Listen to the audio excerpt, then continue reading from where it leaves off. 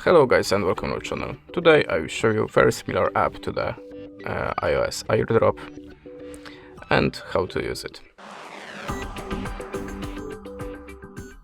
So we have to start from choosing the file that you want to send. I will choose that one for example and click share. Now look for nearby share.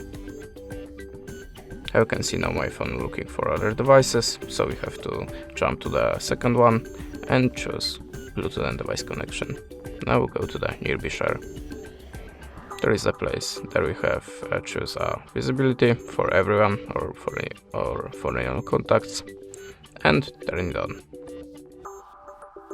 You can see my phone appears here, so we can choose it.